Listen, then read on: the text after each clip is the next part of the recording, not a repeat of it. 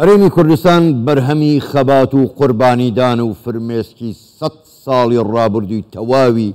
گەلی کوردستانە. هەرچی هەموو لایەنە سیاسیەکانن لە کوردستان ئەم هەرێمە بپارێزن بە دیاریکراویش یەکێتی و پارتی کە بەشداری سەرەکیشن لا پێکەرانی کابینەی نوۆی حکوومەتی هەرێمی کوردستان. دەبێ خۆیان بۆ هەموو ئەگەرەکان ئامادە بکەن. ڕۆژهەڵاتی ناوەڕاست لەبەردەم گۆڕانکاری زۆر قوڵ و گەورەدایە. بە دڵنیاییشەوە کاریگەری ئەم گۆڕانکاریان لەسەر عێراق و هەرێمی کوردستان دەبێت. ئەمڕۆ یەکێک لەو هەنگاوانەی کە دڵخۆشکار بوو بۆ تەواوی خەڵکی کوردستان و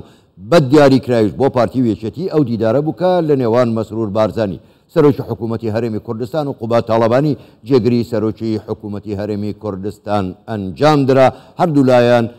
دڵنیاییان بەوەدا کە هەوڵەدەن هیچ ناکۆچیەکان نەمێنێ و بتوانن چارەسەری هەموو کێشەکان بکەن. لەسەر ئەم بابەتە قسەی زیاتر دەکەین کە داخۆ لە دوای ئەم دیدارە ئەوجا ئەو کەشە ئەرێنەی کە هاتۆتە ئاراوە چۆن بەرەو پێشەوە ببرێت بە میوانداری زۆر بەڕێز مستەفا چاوڕۆژ ئەندامی سەرکردایەتی یەکێتی و بەرپرسی هێزەکانی هەفتای پێشمەرگە ڕاستەوخۆ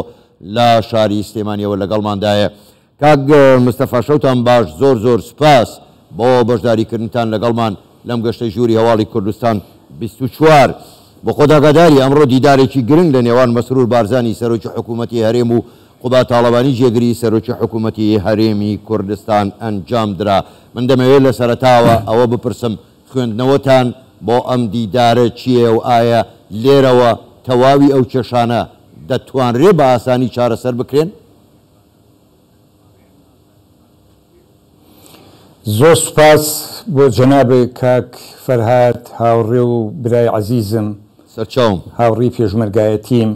سەرچاوم سڵاو بۆ هەموو خەڵکی کوردستان کە ئێستا گوێیان لێمانە و کە دڵخۆشن بەوەی کە ئیمڕۆ ئەو دانیشتنەی ئەو دوو بەڕێزە هەردووچیان کرا. من لێرەوەی پێشم و شتێک بە ناوی هێزی پێشمەرگە و هێزەکانی هەفتا پیرۆزباییان لێ یەکەم. پیرۆزبایی لە هەموو ئەو بەڕێزانەکەم کە جەهد و هیمەتیان کردوکەوە بگەینە ئەوەی کە ئەم دانیشتنە بکرێ و بە دوای ئەو دانیشتنە دایان دانیشتنی تری زوو بکرێ بۆ ئەوی کە بگەینە چارەسەری ئەو وەزع و کێشانە. چونکە برای بەڕێز خەڵکی کوردستان لە دڵە ڕاوچایە. ئەوە ماوەیە کە من دوومان سێمان پێش ساژەر زەمینەکە تۆزێ لەبار بوو باسییان کەوتم ئیمڕۆ دانیشن لە سبینێ باشترە. لە چەند مناسبە چەند کە قسم لەگەڵ کراوە هەموو کاتێ هەر قسەی تەبایی ئەوم کردو ئێستاش دووپاتی یەکەمەوە هیوادارم ئەم دانیشتنە بێتەمایی ئەوەی کە هەموو لەسەر مێزی مزاکەرە هەردوو قیادەی سیاسی دابنیشن بۆ چارەسەری وەزع چکای سا جۆم لێ بوو جەنابم لە خەڵکتان پرسید 10 کەس 12 کەس ڕەمی قسەکانیان لەوەی من باشتر بوو بێ هەموو پشتیوانیان کرد لەوەی کە هەنگاوێکی باشە ئەمە دانیشتنی کۆتایی نەبێ ئیشەکان بازار وەستاوە ژیانی خەڵک وەستاوە هەموو ئەو چۆنەڵی لە پەنا ئەوە دەیان مەشاکیل و دزی و ئەم قەتڵ و مەتڵ و شتانە کە کەوڵات بێ ساحێب بوو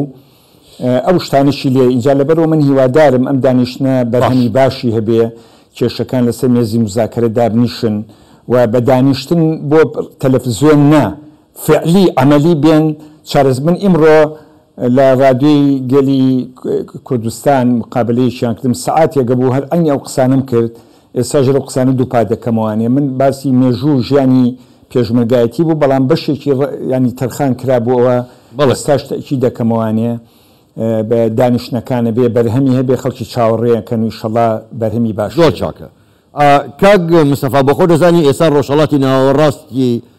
ڕۆژهەڵاتی ناوەڕاست بەگشتی لە بەردەم گۆڕانکاری قوڵ و گەورەدان بمانەوێ نەمانەوێ ئەمانە کاریگەریان لەسەر عێراق و لەسەر هەرێمی کوردستانیش دەبێت. هەر سەبارەت بە کێشەکانیانی بەڕای جەنابتان ئێوە پێشمەرگە بوون، ئێوە کەسێکی سیاسەتمەدارن،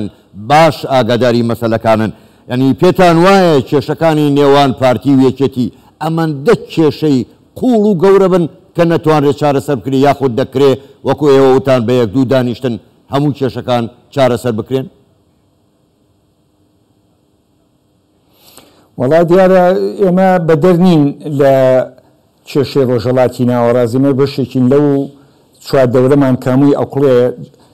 جەنابتان ئاگادارن خەڵکی کوردستان ئاگادارە کێشەی ئێمەش کێشەی خۆمانە هی میلەتی خۆمانە گەر ئێمە خۆمان پشتی خۆمان نەخودێنی کەس نایە بۆمان بکە ڕەنگە هەموو ئەوانەی کە ئێستا لە دەور و پشتمانن کە تەماشامانەکەن بەوەی عێراقیشەوە سوود لەو تەناقوزات و کێشەی ئێمە وەرەگرن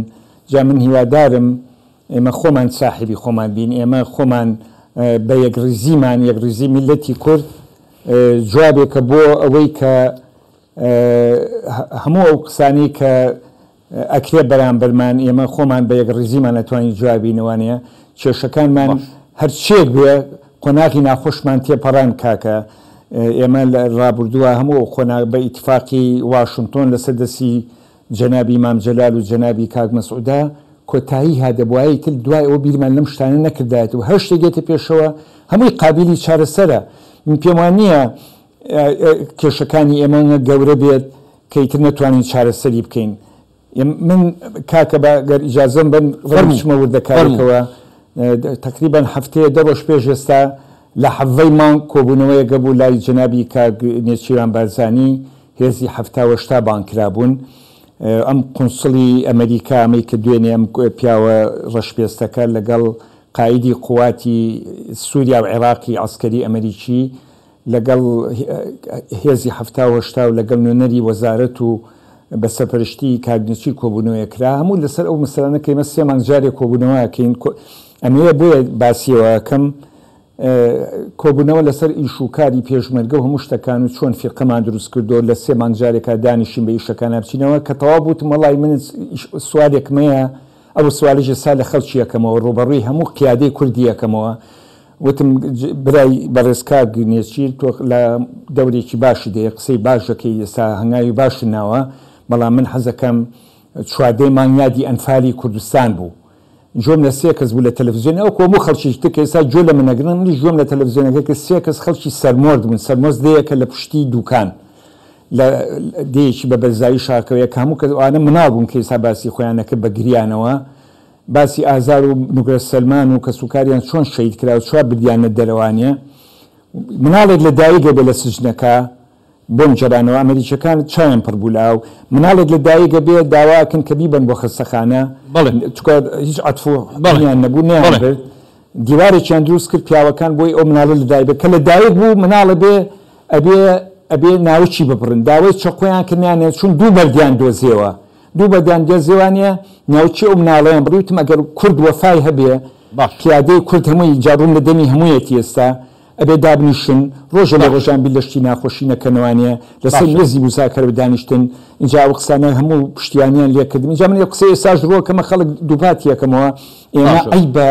خەڵک کوێتە بینمانەوە ئەمریکا بێ ئێستا خۆ دەزانی دوێنێ وەکیلی وەزیری خارجی ئەوێ هاتووە دەور و تەسیری هەبووە ئێمە خۆشمانە بێ ساحیبی خۆمان بین یەکێتی پارتی لاەنە سیاسەکانی تریش بانکین ئیستشارە بکەین چارەسەری ژیانی خەڵک خراپە کاکە لە تەیراوە لە سەهۆڵەکەی سلێمانی لە دۆگ لەموو خەڵک گلەیمان لیەکەن ئەم هەموو تەلەبەی جامیعەیە تەخەڕوجیان کردووە ڕۆژانە بە ئەسکەیش قوبولیان ناکەین جێگەنەی جێگەیان بکەینەوانێ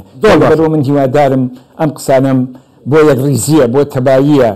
بۆ ئەوەیە کە ئێمە هەمومان قوربانیمان داوە من ئیمڕۆ وتم کاکە برای بەڕێز تۆ باوکی تۆ کاک فەرهاد 61 شەید بوو لەکانی مانگا تاریخی مێژووە ئەمە من 57 ساڵ پێش ئێستا لە شەبی هەندێک ناگولل لە گوێیاوم گوێ ڕاستم کەڕە کە سوکاری من و تۆ ئەنفال و چیمیاوی و هەڵەبجە و باشە ئیترم قیادێ نابێت دابنیشێ چارەسەری ئەو وەزع بکات و ئەمریکا ڕەنگە دۆزە منیش حەماس بێت هەستا بێ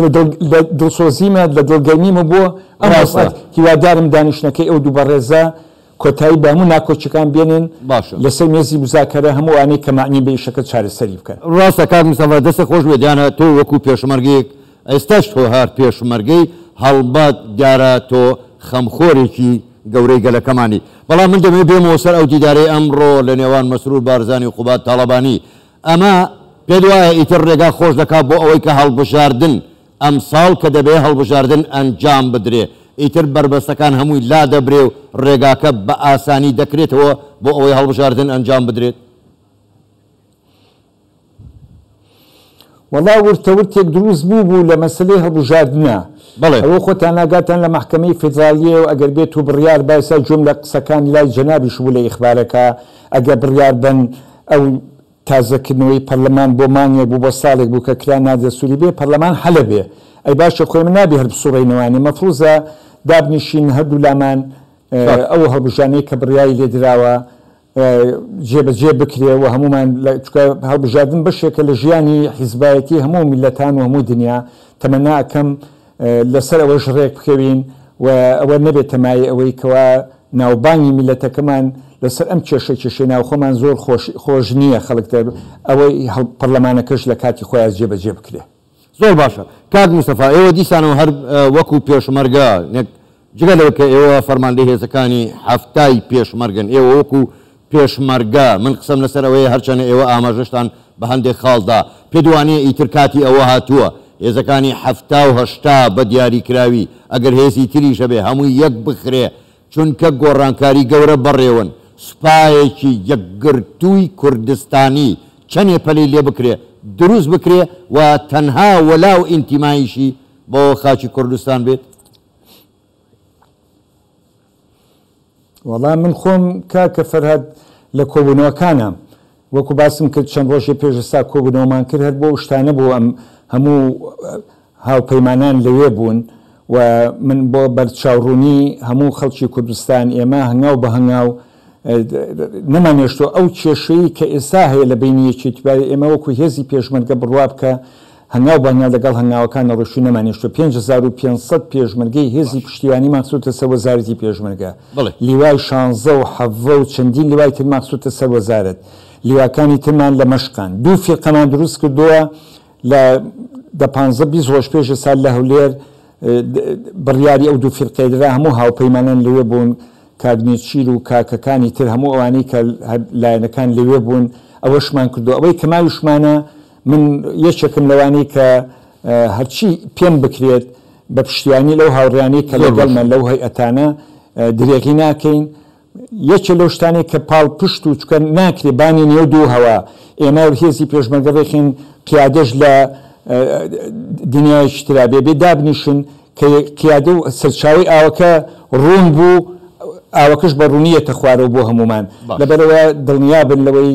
درێغی ناکەن لە یەک خستنەوە چکا بێ یەک هێزمان هەبێ هاوپەیمانانیش زۆر تەشیدمان لێکن لە هەموو کۆبوونەوەکانە کە لەگەڵمانەیەکە لە داواکانیان نەسیحەتمانەکەن ئیشەڵای مەش جێبەجێیەکەین. زۆر باشە زۆر بەڕێز کاک مستەفا چاوڕۆژ ئەندامی سەرکردایەتی یەکێتی نیشتیمانی کوردستان و بەرپرسی هێزەکانی هەفتا گەلێک سوپاس بۆ بەشداریکردنتان لەگەڵمان ماندوومان کردن سوپاس بۆ ئێوە شەوتان باش.